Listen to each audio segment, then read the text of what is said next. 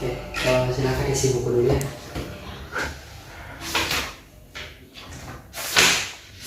Oh ini, silakan isi.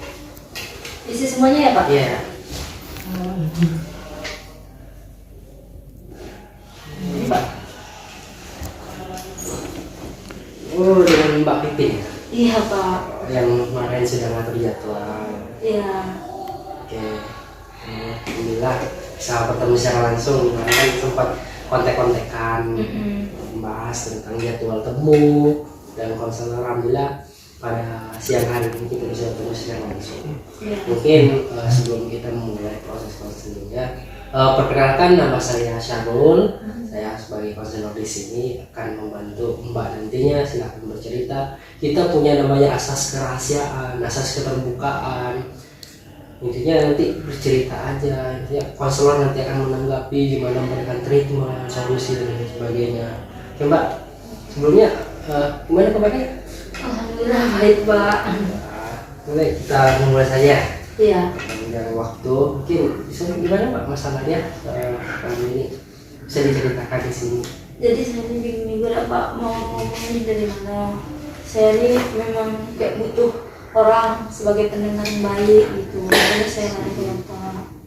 Nah jadi ada pun tujuan saya menemui Bapak ini karena saya ini pengen cerita tentang masalah percintaan. Karena kan ya saya ini kan masih remaja lah, remaja akhir kayak gitu. Dalam hal berbacaan, kan setiap orang tuh pasti pengen punya pasangan yang terbaik apa. Ya. Nah jadi tuh dalam pasangan saya ini, ya kayak mana ya Pak ya, kalau cara ngomongnya nih dapat dikatakan orang tua saya tidak setuju Pak. Ya tidak setuju. Jadi tuh cowok kami ini, pacar kami ini, dia tuh punya niat baik kan. Dia tuh punya niat baik, ingin arah ke serius lah. Tapi itu kan saya sebagai anak tuh pasti mendengarkan apa kata orang tua kan. Iya benar. Saya takut lah nanti sementara orang tua saya tidak setuju. Itu saya bingung, saya jelasin ke pacar saya. Tapi dia ngajak kalau beneran sayang dia berjuang kata dia kan. Saya sudah berjuang, di sisi lain saya suka sama dia kan. Maksudnya ingin memiliki, rasanya tuh ada kayak gitu. Tapi tuh di sisi lain saya ini kan sebagai anak harus ngikut apa kata orang tua.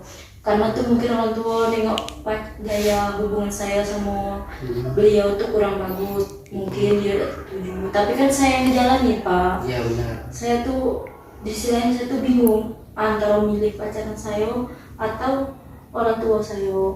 Karena saya pribadi yakin sama dia, hati saya ini yakin udah klop banget sama dia gitu. Oke, berarti yang Mbak rasakan sekarang seperti apa di Saya ini lebih tepatnya bingung Pak. Bingung ya? Mau ke orang tua atau ke pacar saya. Nanti kalau saya pilih pacar saya, apalah kata orang tua saya. Saya udah disekolahin, tapi saya ujung-ujungnya membangkang sama beliau. Terus tuh kalau misalnya saya milih orang tua saya, sementara hati saya ini kayak mana lah. Jadi tuh saya bingung sama jalan hidup saya nih. Saya sering meladak sholat, minta petunjuk. Cuman tuh rasanya tuh belum dapat jalannya. Pernah berpikir nggak kalau misalnya lari ke rumah atau bunuh diri misalnya paling kejam akibat tidak restu itu bagaimana? Pernah Pak, tapi kalau untuk bunuh diri tuh belum. Cuman tuh ada kayak mana pengen lari dari rumah kayak gitu kan. Iya pengen lari dari rumah kan, karena tuh kan masa depan saya yang ngejalan, saya yang nanti masa depan saya. Orang tua tuh kan cuma support kita dah sih. Jadi tuh pacar saya juga kata dia tuh kan, kalau misalnya orang tua tidak setuju kata dia tuh kan, kita tahan kayak mana bahasanya tuh kayak mana kawin lari gitu, lari. Cuman saya tidak mau, saya masih berpikir kan. Jadi tuh saya bingung Pak, kayak mana sih cara biar orang tua saya ini setuju. Oke. Jadi kalau perihal restu orang tua sebenarnya silahkan diyakinkan lagi. Yang paling utama jangan berpikiran yang negatif. Contohnya tadi ada kawin lari, itu jangan pernah karena menjatuhkan harkat martabat keluarga. Jadi silahkan dibujuk lagi orang tuanya, diyakinkan gimana caranya orang tua ini percaya dengan hubungan kalian itu dengan membuat hal-hal yang positif di depan orang tua, itu yang nantinya Mbak lakukan di depan orang tua. Mungkin ada hal lain yang memang menghambat hubungan Mbak, mungkin selain orang tua, ada faktor kawan atau lain sebagainya. Sebenarnya Pak, alasan orang tua saya tidak setuju itu karena satu Pak.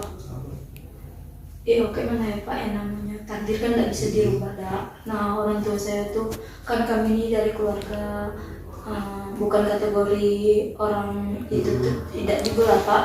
Kami ini maksudnya tuh karena takdirnya tadi tuh keturunannya tuh yang kurang bagus. Jadi kata mama saya udah mama tuh udah masukin, kata dia kan kalau tuh nak dapat pacar yang sekolah, nak tidak katanya kan, memang jodoh tuh tidak ada yang tahu katanya.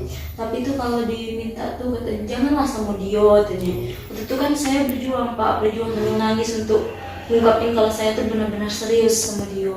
Cuman mama saya tahu karena keturunannya tidak bagus tadi, jadi mama saya tuh berusaha tuh ngelarang, tahan dia tuh ngajak saya tuh berobat kayak gitu, nah untuk lupain dia, nah berobat dusun katanya kan. Jadi tuh saya tidak mau lah, tapi tuh mama saya tuh kayak mana matanya udah kaca-kaca, kayak mana merah lah gitu kan, nangis. Nah jadi tuh sementara pacar saya ini pokoknya tetap kekeh, maksudnya untuk bertahan, yang apapun katanya kondisinya tetap bertahan katanya, sampai-sampai dia ngajak nikah itulah, lari lah. Pokoknya banyak lah Pak kan kemarin tuh. Mama saya tuh bilang katanya karena keturunan tuh tadi yang dapat dia yang tidak bisa dirubah.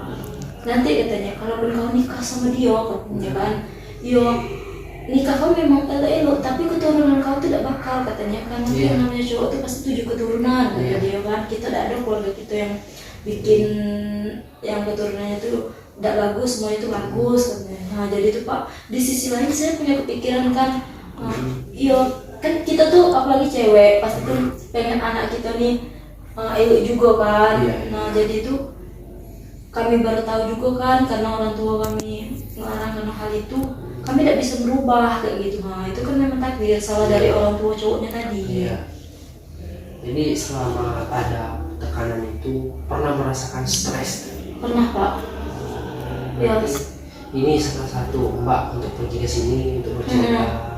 Anda sudah merasakan stres yang tidak bisa diceritakan lagi ke orang-orang lain, butuh bantuan sekarang. Iya, saya memang benar-benar butuh bantuan, memang butuh orang yang bisa mendengarkan saya Pak sekarang. Karena saya tidak tahu lagi Pak, kayak mana di sisi lain, kami tidak mau kan cuma gara-gara hal ini kami bunuh diri.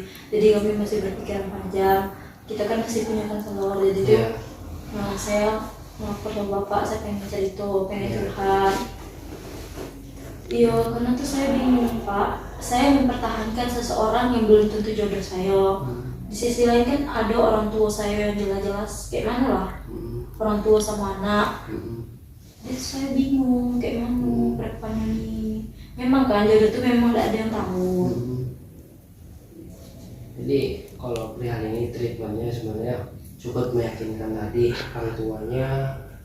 Pertama, kalau di ajaran agama saya di Islam itu ya pertama harus berbanyak doa, sholat tadi, sholat tengah malam, seperti 3 malam itu memang mujarab. Mbak sekarang ini sudah sholat? Belum sih Pak sebenarnya. Nanti kita ada salah satu metode yang kami terapkan di konseling ini, salah satunya metode psikoterapi Islam. Jadi melakukan sholat secara khusus nanti saya kasih tahu gimana caranya supaya Mbak tuh lebih tenang jiwanya. Jadi caranya nanti setelah konseling ini kita alihkan ke musola dulu untuk melakukan semua treatment sholat tadi untuk menenangkan pemikiran Mbak, jiwa Mbak yang sekarang kacau, kepikiran kemana-mana. Nanti sebagai penutup treatment yang saya terapkan sekarang, silakan yakinkan lagi ke keluarga Mbak, orang tua Mbak, ajak yang pacar Mbak misalnya yang itu dengan meyakinkan keluarga dan membuat hal-hal yang positif dengan meyakinkan itu. Sebenarnya ini hal-hal yang memang dirasakan semua remaja. Cuman kembali lagi ke remajanya, anaknya bagaimana meyakinkan orang tua tadi. Ya, kembali lagi kan ini sebenarnya faktor keluarga. Itu sebenarnya jika dikaji kan tidak bisa seperti itu. Yang menjalankan sebenarnya anak, ya kan kita acuannya ke keluarga, cukup ke anaknya dulu, kita fokus ke anaknya, ini berubah beda dengan orang tuanya. Itu aja sih Mbak. Nanti kita treatment ke sholat aja, ini lebih ke treatment ke sholat untuk menenangkan pikiran Mbak, jiwa Mbak.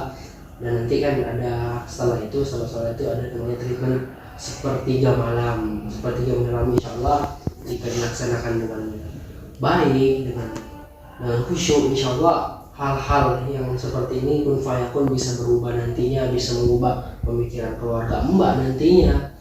Nanti saya kasih tahu, nanti saya kirimkan, setelah ini saya kirimkan kertas semacam doa untuk dibacakan sholat ketika Mbak sholat nantinya. Salah satunya nanti kita setelah ini ya Mbak. Oke Mbak? Iya Mbak. Kita langsung ke sholat dulu, nanti saya akan untuk pengambilan wudhu di sana, di samping sholat ya. Oke Mbak? Oke Mbak, susahnya Mbak.